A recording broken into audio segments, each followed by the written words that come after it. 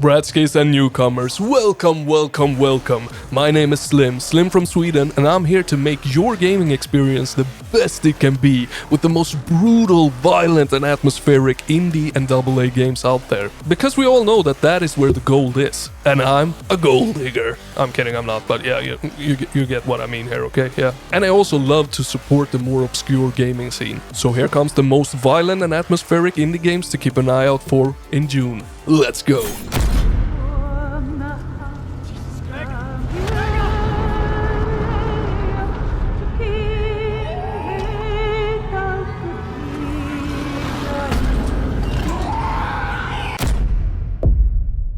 Now, I'm actually not one for playing jump-scary horror games, not alone at least. On stream, well yeah, it can be fun to laugh at myself, but still, Wakes the Deep has me very curious. Still Wakes the Deep, not Wakes the Deep. It's from the creators that brought us Amnesia, A Machine for Pigs, Everybody's Gone to the Rapture and Dear Esther. 3 very high-quality horror experiences that doesn't overdo the cheap jump scares, but brings that tense and horrifying atmosphere to insane high levels. So in this game, we're stuck in an oil rig out in the sea. The goal is to search for your crew and help them survive if you can, and we get to run, climb and swim through the flooding corridors and storm-lashed outer decks, face a terrifying, unrelenting foe, and that's where it throws me off a bit. Yep, the game looks, sounds and seems great, but god damn, I hate running from one single unkillable foe. Oh, I really hope that it's well balanced. If not, well, it's a game breaker for me at least. But if it is balanced well, as an example, this could be just as fun as, say, Alien Isolation, a terrific horror game. Now, will you be finding out if it is or if it isn't? Let me know down in the comments.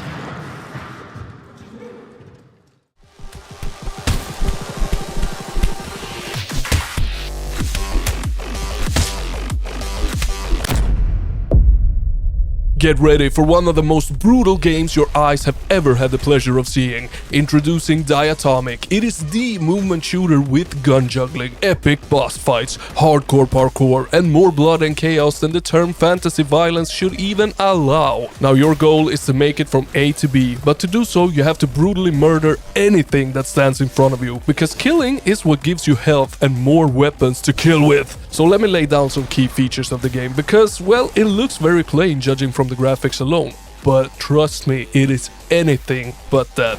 So we got fast-paced action, gun juggling, parkour, a grapple swing mechanic, 30 plus levels, 70 plus weapons, yeah, that's a heck of a lot, 20 plus enemy types, bosses and destructible environments, and lots of gore.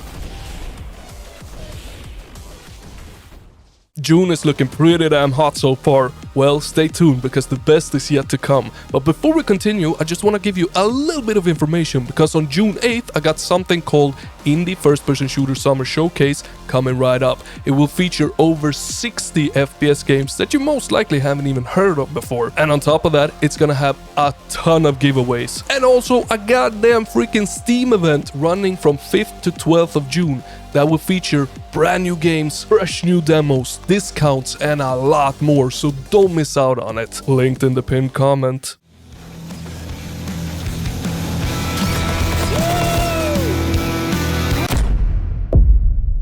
So did you ever play Crazy Taxi back in the day? I sure as hell did, and I loved it. Heck, even my mom loved it. It's one of very few games that we used to take turns playing, so I have quite fond memories of it. Now Taxi Rush is, without saying that it is, the spiritual successor to it. It's more or less identical when it comes to the core gameplay, with a few modern additions here and there. So essentially what it is a taxi driving game with a humongous emphasis on arcade. You will literally be flying through the city to pick up and drop off passengers, and it's simply a ton of freaking fun. Now Taxi Rush also adds stories to the passengers that you can choose to listen to or not. There's even upgrades for your taxis that you can acquire through your hard-earned taxi driving money. But most of all, the arcade driving is what I want, and we are getting it on June 21st.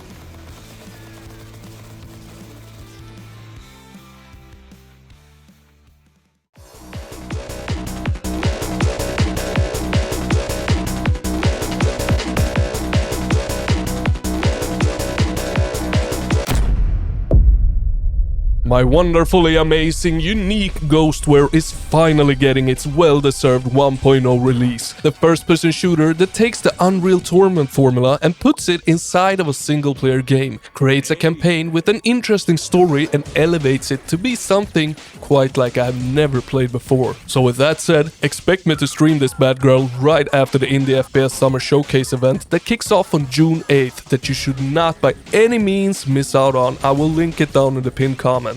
Now I'm very excited to finally explore the third chapter of this wonderfully weird game that lets us embody a girl who passed away, but she didn't go to heaven nor hell. Oh no, her soul went straight into a video game world created by no other than a warlock. I mean, the fantasy is already spurtling in all directions here, and this is just the very beginning premise of the game. It doesn't hold back, but it always stays true to its own style and manages to never go overboard. It really just feels very well thought out and designed, and hence, there's where my excitement for the third and final chapter comes into play.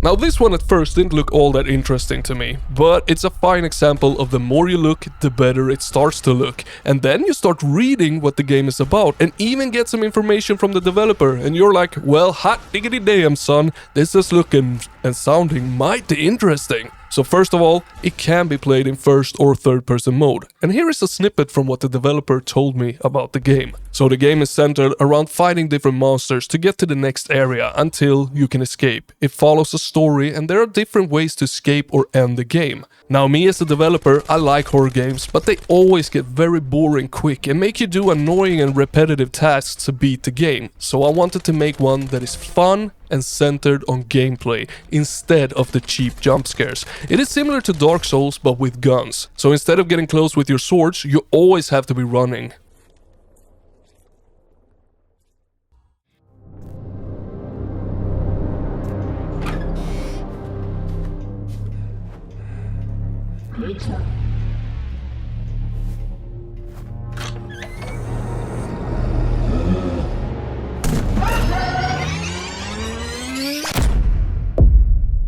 I mean, come on now, it's Killer Klowns from Outer Space. And if you don't know what that is, well, it's a cult horror movie from 1988 that makes you go, fuck, clowns can be scary.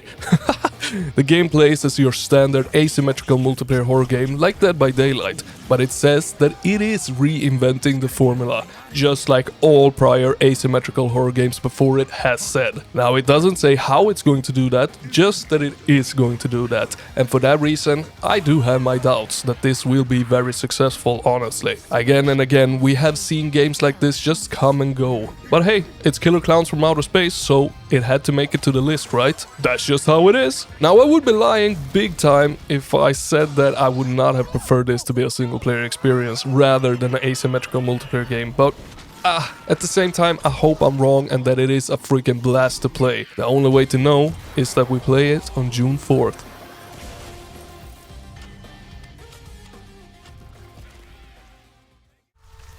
Each day, the weak perish in the jungle. Yet the strong among them will always adapt and survive.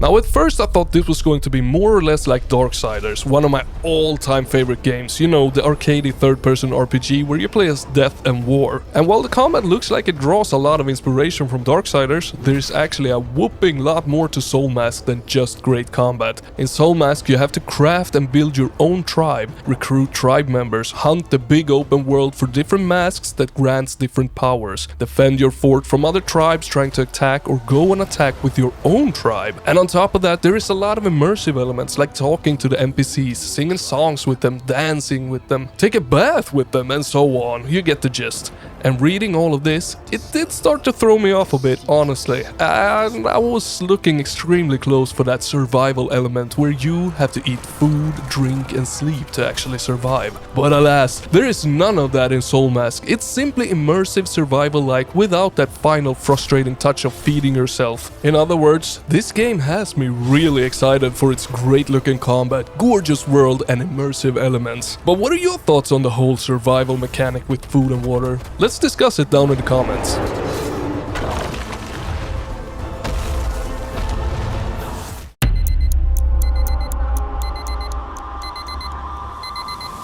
Christ.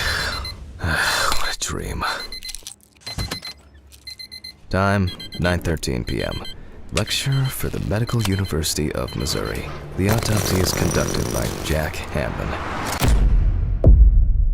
Autopsy simulator, huh? Well, this is actually one that I have secretly kept an eye on for a very long time. And friends, don't let the name throw you off. Yes, you will be doing autopsies in this game, and you will be doing it with probably the most immersive and detailed way any game has ever done it before. But there is a lot more to this game than just doing that. This right here is probably, judging from early gameplay, one of the most atmospherically tense horror games in the history of horror games. Screw old decaying buildings, screw everything you know about your standard horror games. This puts you in the shoes of a practiced pathologist that works in a well-established morgue. And after a career downfall and the loss of your beloved wife, you live each day shattered and exhausted. And one day during a routine post-mortem, you find a relic of your past hidden inside a body. Now, it feels like something just won't let go. Oh fucking hell, I'm already scared, but also insanely intrigued to play this on June 6th. Where are my meds?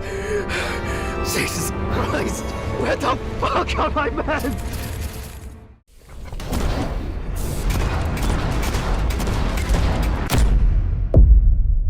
Ooh, good old Grave Gunner, my friends. Well, this is a very minimalistic first-person shooter, much like Devil Daggers. It features one map that throws waves of enemies at you, but the longer you manage to make it, the harder the enemies the game will throw your way. The game really focuses on a specific type of player that wants to survive for as long as possible with as little jibber-jabber in between. But that said, what is here, even though very little, actually feels really good. And the game is actually not out as I'm releasing this video, but I did have the pleasure to test it out early. And if you're looking for something very easy and minimalistic, well, this one does also feel good in its movement and gameplay, so it might be right up your alley.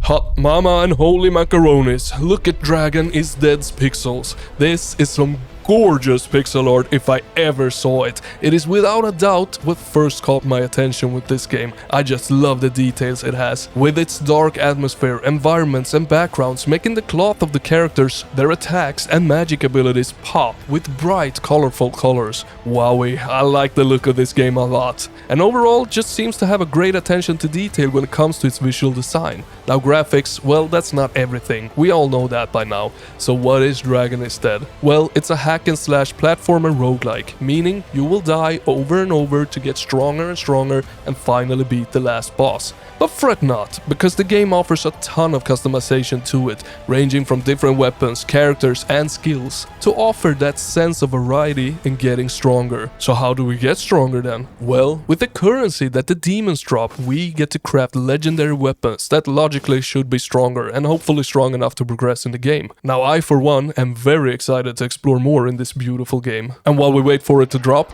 let's check out these.